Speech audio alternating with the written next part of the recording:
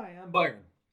Today I am going to discuss the 7 things that might be sucking your will to live, or at least taking all of your energy. About me, I've been a mental health coach and a life coach for about 8 years now, and my clients have often said, hey, why don't you share your content? And truthfully, I've always thought about it, but I never did. So I'm just getting started now, and you'll see that. But if you like this video today, please hit like, please hit subscribe. That'll give me encouragement to keep going. Anyway, let's get started right away with the 7 things that might be sucking your will to live, okay? Number 1 is not getting enough sleep or getting too much sleep. Now, before you think, well, that's crazy simple, everybody knows that if I don't sleep enough, I'm going to be tired. Let me dig in a little bit deeper. You're right. But out of a lot of the people I talk to, some of them are what I would call severely messed up when I first start talking to them.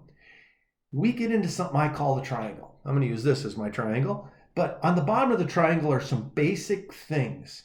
And if I can get my clients to do these basic things, they see these really almost immediate changes in how they feel. Does it mean all the problems go away? No, but it puts us in a spot where we can start working on the problems. So on the base of this pyramid, one of the main things is getting enough sleep and not getting too much sleep.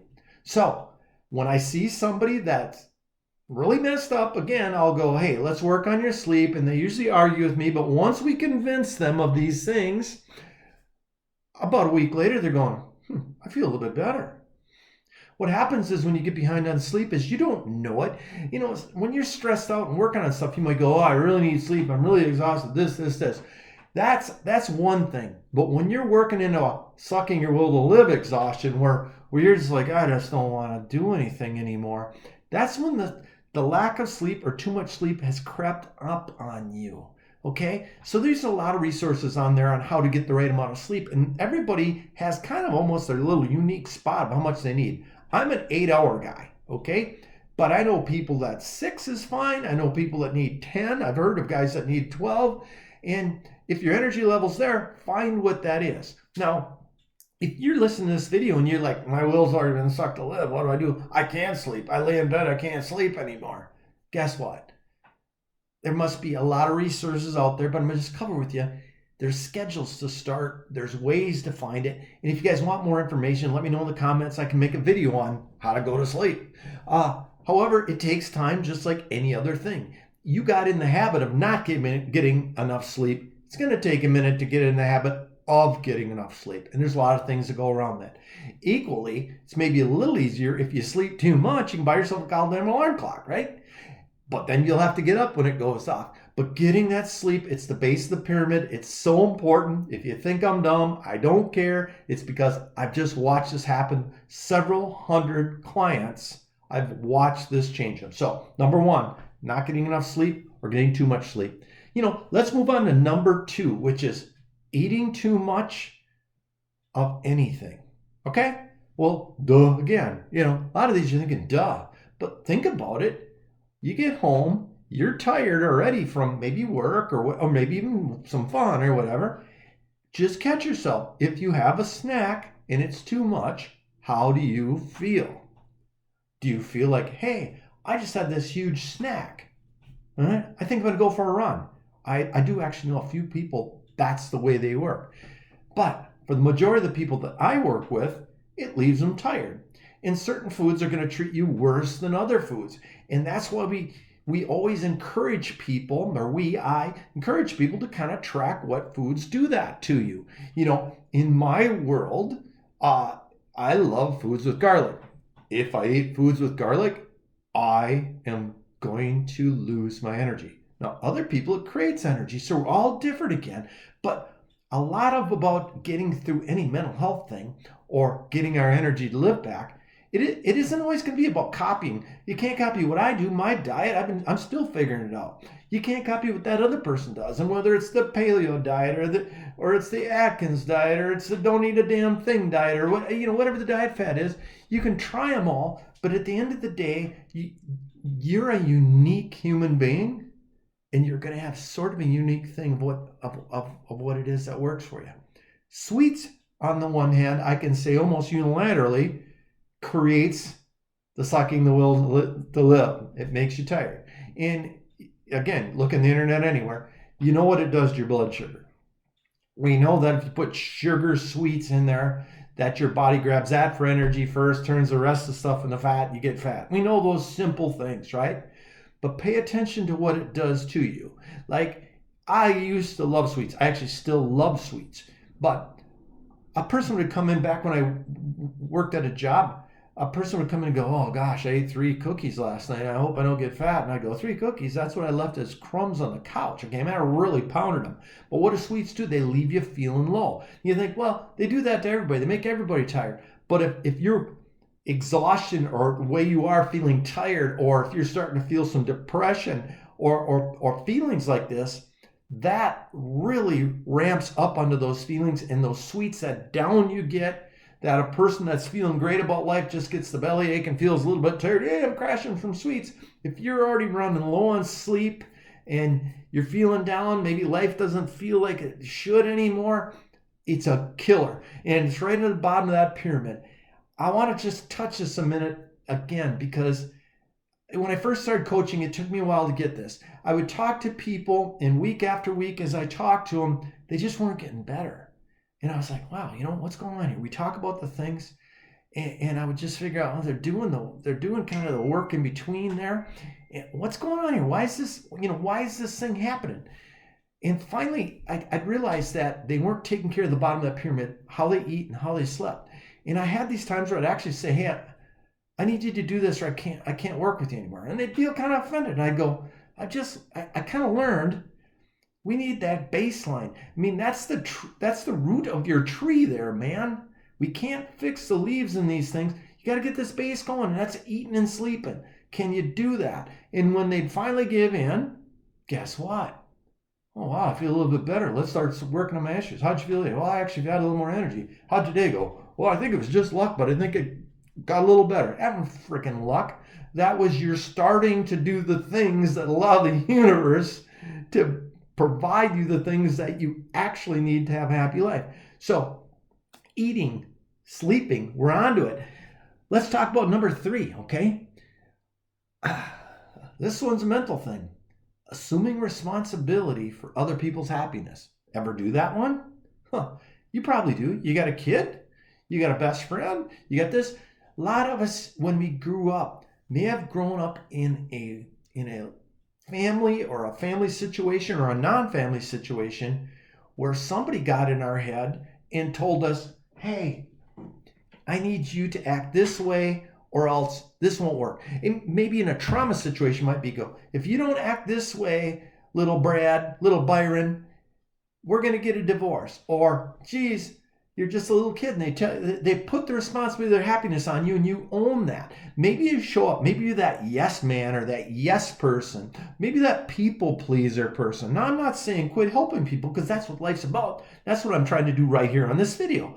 But what I'm saying is, when you assume the responsibility, meaning, oh, wow, little Annie's not happy, little Bobby's not happy, oh, then I can't be happy. When you assume that responsibility, it is an energy drain.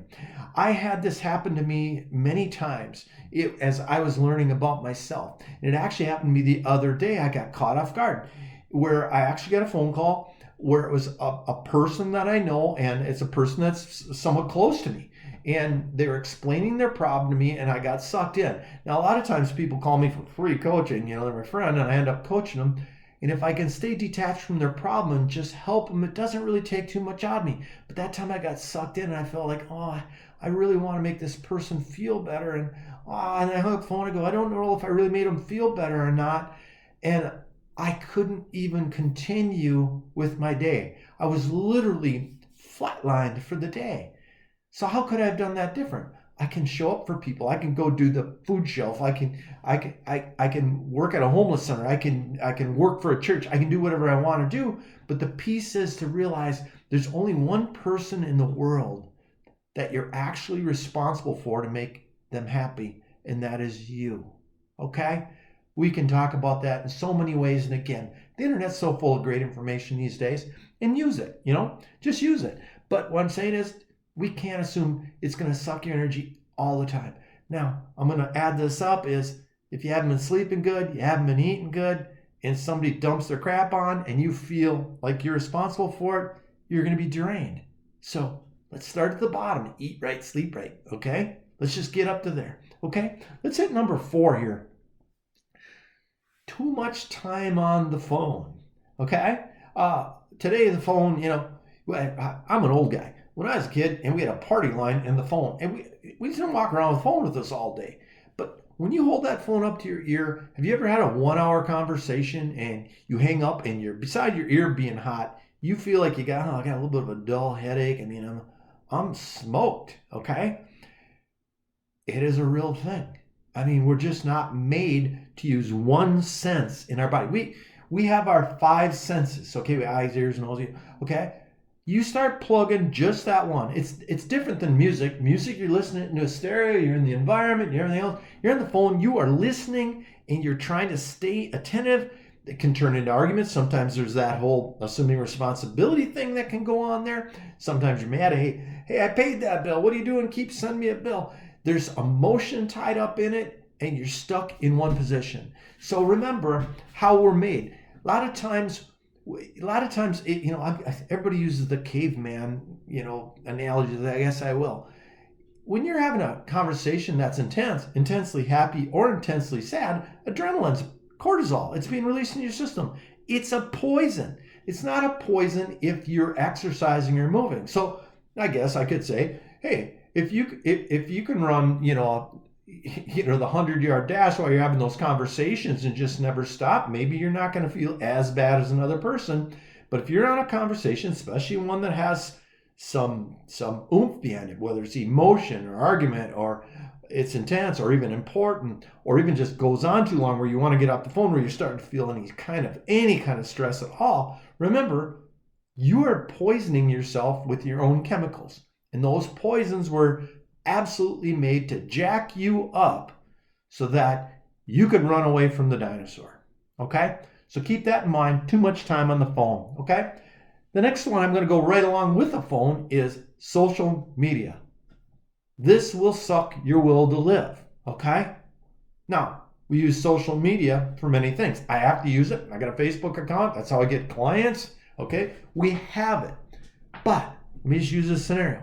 Have you noticed, or just all my clients and myself noticed, that everybody on social media falls into a couple categories 80% of the time? Either this person is always having fun and on a trip, which makes me feel like a loser. Okay?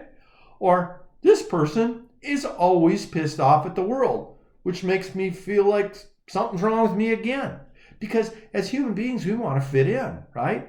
And we see this person, wow, they always on vacation, they always this, they always that. And we think, wow, I can't afford to go to Egypt. How can this guy go? Now he's in Ireland, now he's doing this. And it messes with our head because going backwards, we're responsible to make ourselves happy. And we don't think while we're looking at it, oh, look, Joe's in Egypt. Wow, he's got such a great life. We forget a couple things. One is, you may hate Egypt. Has Egypt come to your mind? I'm using Egypt as my example. What, did you wake up one day and go, I really want to go to Egypt? Joe's there now. Or have you noticed it don't matter where Joe is. Joe's at a carnival that you would hate. And he's still going, wow, I'm at home. Well, here's the thing to know. That's just a snapshot. And you can't live your life from anyone else's snapshot. Because that's how advertising works. We're going to give you a snapshot of this. So you spend all your money and you're going to go do this. And after you spend all your money, guess what you feel? I feel drained. So social media, there's a lot of things. Maybe it's going to be a little harder to find things about social media, on how it's bad for you. But it's like anything else. Remember back at food? I didn't say don't eat. I said don't eat too much food. Okay? I'm saying the same thing here. Don't do too much social media. It eats you alive, sucks your energy. And I want to always take this backwards and go, now if you aren't sleeping, aren't eating right, okay, you move into that, you're assuming responsibility for other people's problems, you're spending too much time on the phone and getting those adrenaline and cortisol happening because you're not exercising, which I didn't even put on this list, okay?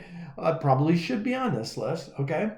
And then you add on top of all that, you go on social media and it looks like everyone's having fun. Do you see how mental health issues like depression and anxiety build on each other little by little by little? It's just like anything else.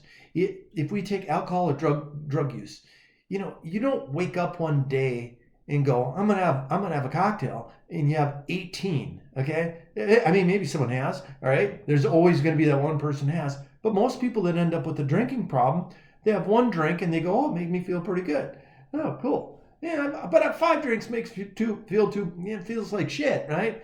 Okay, so they don't do it. Then now it takes 2 drinks, but I'm still pretty good. 3 drinks, yeah, I'm still in the realm. I weigh 212 pounds. I'm 36 years, blah, blah, the age, and it's probably good for my heart. They start making the excuses, and they don't know they have a problem until the DWI, the spouse leaves them. They do something stupid. They lose their job. This is the same thing. It starts out, eat, sleep, limit your eating, limit your sweets, limit your social media, limit your phone calls. Limit how much you assume responsibility for someone else. Now you might be thinking, hey, Byron, what can I do? Everything. It's the old enjoy in moderation. Am I saying don't drink? No. Go ahead, drink. Do what you want to do.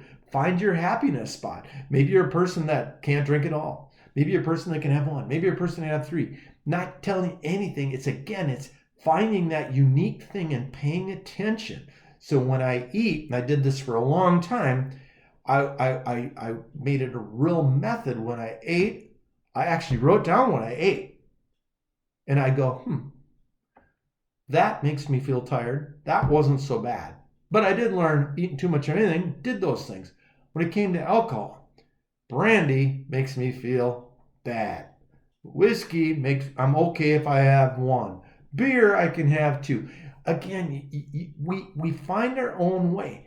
Now, I'm assuming that if you feel great about life, you haven't watched the video up to this point. You're trying to find a way to find more energy and to be more present in your life. So let's move on here and let's go on to the next one. And I think it's the last one. So if I didn't count to 7, you're going to see that I'm a rookie at taking notes on these videos. But the last one is procrastination. And procrastination, it's a saying I use and not made for kids, but procrastination is like masturbation. You're only fucking yourself. Okay? I know that's terrible. How dare I said that? But think about this for a minute. When you put something off that needs to be done, what happens? Do you say, I really don't want to do this. I'm going to put it off till tomorrow. When you wake up tomorrow, is your desire to do it from a standpoint of, hey, I'm just going to do this, go up or down? Probably down. Now you may wake up the next day and go, shit, I didn't do it yesterday. I got to do it today. You may do it, okay? But when has procrastination, and I don't mean delay. There's some times where delay is good. Somebody calls you an asshole, delaying your response is a good thing. That's not procrastinating. That is pausing for reflection. I'm talking about procrastination. If when you're a kid and your mom or dad said clean your room and you just didn't, next day you didn't, the pile, the mess got bigger. Now, what happens in a few more days? When you do clean it, it takes you 3 times as long and your mom and dad are mad at you. That's a kid's thing, all right? But it happens here too. You go to work, something's assigned to you, and it's something you don't like to do, and so you put it to the side of the desk. Or there's an assignment due on next Tuesday, but today it's Thursday, and you go, I really hate doing that. I'm going to do it later. What we don't realize that happens is our subconscious mind, and I'm going to screw up these numbers, our subconscious mind has the ability of taking in something like 40 million bytes a day, or it's a huge number, but what we think about is really small, okay? So even though you might procrastinate, move it to the side, and you think it's out of mind, no, your subconscious is jamming on it. Because what does our subconscious do? What does our ego do? What does our self do? It wants to keep us safe. and it knows you need to do it. So even though you got it in the back burner, whatever it is you're procrastinating about is playing in the background the whole stinking time. And when it's playing, it's using juice, okay? It's using energy. So right now, as I'm speaking to you, until a second ago, I wasn't thinking about my refrigerator. But has it been plugged in the whole time? Is it using juice? If I were to go out and look at my meter right now, is it still happening? And what you got to understand is procrastination doesn't use a little juice. It uses a lot of juice. And you won't realize it. And going all the way back again. Well, what gives you more juice? Eating right. Well, you haven't been doing that. Sleeping. Those are your two main places to get energy from. So we just work this from both sides. It's almost so stupid simple, but it's hard to do sometimes. You have to put in the fuel. The fuel is sleep and eat. You have to pay attention to the products you're putting in, and you have to conserve energy where you can. Because if I'm guessing right about you, if you're tired, you may also be sitting there going, I don't like being tired. I feel kind of lost. I don't know what I need to do. But then maybe you all of a sudden you wake up one morning, you get a little energy, and you think, oh, I feel really good right now. And you get these ideas of things you want to be. The creative you, the part of you that can never be depressed. You will not meet very many people that are depressed or anxious while they're being creative. Okay? There's been plenty of creation created from depression, but creativity and curiosity generally doesn't hang out with anxiety and depression very much. And so you might catch yourself once in a while, you're going, hey, look, I feel pretty good today. Look at this. This is cool. Huh, cool. I'm gonna get ready. I'm gonna clean the garage. I'm gonna do this. I'm gonna paint the house. I'm gonna paint the Eiffel Tower, whatever the hell is. And you feel this energy, and you have 2 cups of coffee, 3. Oh, I get a little full. Where's that going? Uh-oh. It was too much of anything. It's starting to show up, right? It's going to build on those other things. So I hope this video has been helpful for you. Please put in the comments below. I want to be better at whatever I can do, especially at the way I can deliver the information. If this has been helpful, again, hit the like, subscribe, and give me comments on other things you'd like to hear about, because we can have fun with this. But in the meantime, eat, sleep, moderation, pay attention, and you deserve this great life. And all you got to do is decide to start doing it now. Have a great day, guys.